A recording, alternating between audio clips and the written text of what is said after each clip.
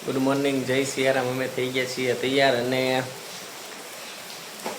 10 વાગ્યા છે, કેમ કે આજ વહેલા દુકાને વયો ગયો તો પપ્પાને મજા નહોતી એટલે કેદા જોવે છે અત્યારમાં ને બાપુજી સૂતા છે ને જો વરસાદ શરૂ થઈ ગયો છે। મારે જવું છે હવે મંદિર અને જગ્યામાં દર્શન કરવા માટે, પણ આમાં કઈ રીતે જવું એમ વિચાર કરું છું। છત્રી લઈને જાવ એમ વિચાર કરું છું ને મમ્મીને રાજુ બંને ફળિયામાં।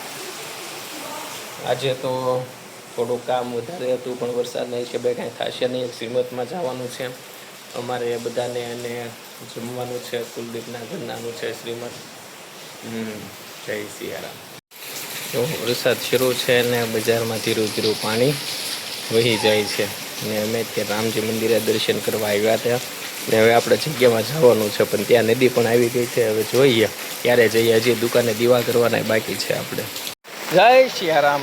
મુશળધાર વરસાદ શરૂ થઈ ગયેલો છે અને અમે છત્રીમાં છીએ અત્યારે અને આપણે નદીની આવી ગયું છે જુઓ ને આ છે આઈસરીભાઈ કંઈક રિવર્સ લે છે હું ને જુઓ નદીમાં આવી ગયું છે પાણી ફૂલ।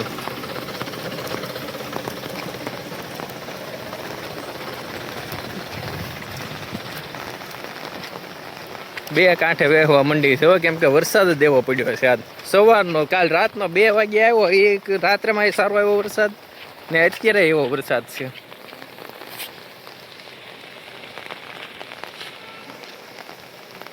તો ઓવરબ્રિજ એની ઉપરથી હાલચાલ શરૂ છે। અમે નીકળી ગયા છીએ રાજવીને અને કેદારને મૂકવા માટે।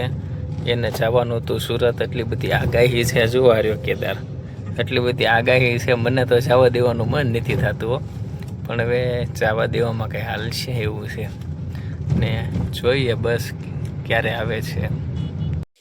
માંડ વરસાદ બંધ થયો, થોડોક તડકો નીકળ્યો એવું લાગે છે ને આપણે જઈએ છીએ રૂમમાં। રાજવીને કેદાર તો ગયા છે મામાને ઘરે એટલે કંઈ એમથી ગમતું નથી। શું કરે મમ્મી? હાલે મમ્મી તૈયાર મંડીમાં જવા હું કે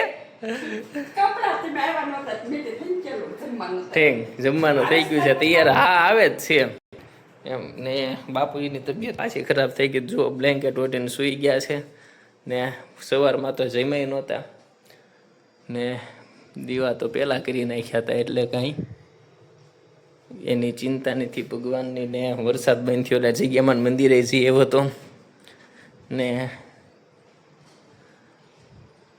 જો વાતાવરણ અત્યારે સરસ થઈ ગયું છે। આપણા સ્પેશિયલ ગેસ્ટ આવી ગયા છે, એ છે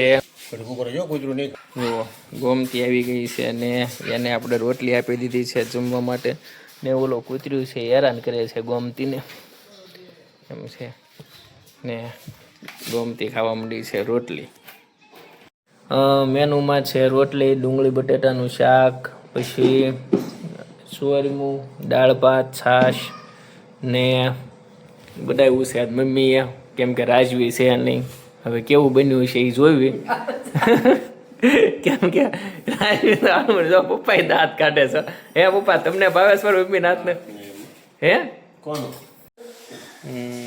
4:30 પોણા 5 જેવું થઈ ગયું છે। બાપુજીને તાવ આવી ગયો હતો એટલા માટે એને દવા પીવડાવીને જમાડ્યા, જમા નહોતા એટલે ને મમ્મી વાસણ સરખા કરે છે ને હું રૂમમાં આવી ગયો છું, વજ્રાસનમાં બેઠો છું। રાજવીને ફોન કર્યો, કીધું શું કરે છો તારે? એનો મને કે હું પાર્લરમાં ગઈ હતી ને આવી છું ને હવે આપણે આગળના કાર્યમાં તો દુકાને જ જવાનો ટાઈમ છે, દુકાને જ જઈશું। બીજું તો હજી આ ટ્રીમર કરવાનું છે, કાલે શનિવાર છે એટલા માટે, એટલે એને પણ ચાર્જિંગમાં મૂકવાનું છે, એ મૂકી દેવી। ખાંડના પેકેટ વાળી નાખ્યા, બધું કામ પણ થઈ ગયું છે। હવે જોઈએ શું કરવું એ આગળ જતાં। હું ને વત્સલ આવી ગયા હતા હોસ્પિટલ, દાદાને કર્યા હતા એડમિટ એટલા માટે, અને વત્સલ રીડિંગ કરતો હતો ત્યાંથી બોલાવ્યો વત્સલને કે તું આવ ને દાદા ટેસ્ટ જ છે, દાદા સૂતા છે અત્યારે, ઇન્જેક્શનને એવું આપ્યું છે, ઇન્જેક્શનને ટેબ્લેટને એવું ને બેઠા છીએ અત્યારે। પપ્પા બે ગયા છે જમવા ને બટેટા પૌવા જમવા માંડ્યા છે ને જો એણે લીધું છે દૂધ।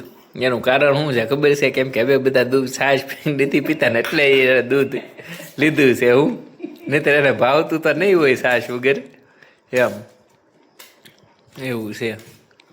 હે ને પપ્પા? તો બપોરે કીધું આ તાવ આવવાનો પાછો કીધું આજે એવું થઈ ગયું બપોરે દુકાને ઢેપ કરી એમાં બધું ઉયું ગયું.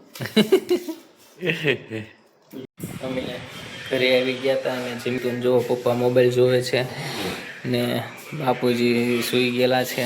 એની આ થોડીક તબિયત લથડી ગઈ હતી. અને બ્લોગ સારો લાગતો હોય તો લાઈક અને સબસ્ક્રાઈબ કરવાનું ભૂલશો નહીં. જય સિયારામ.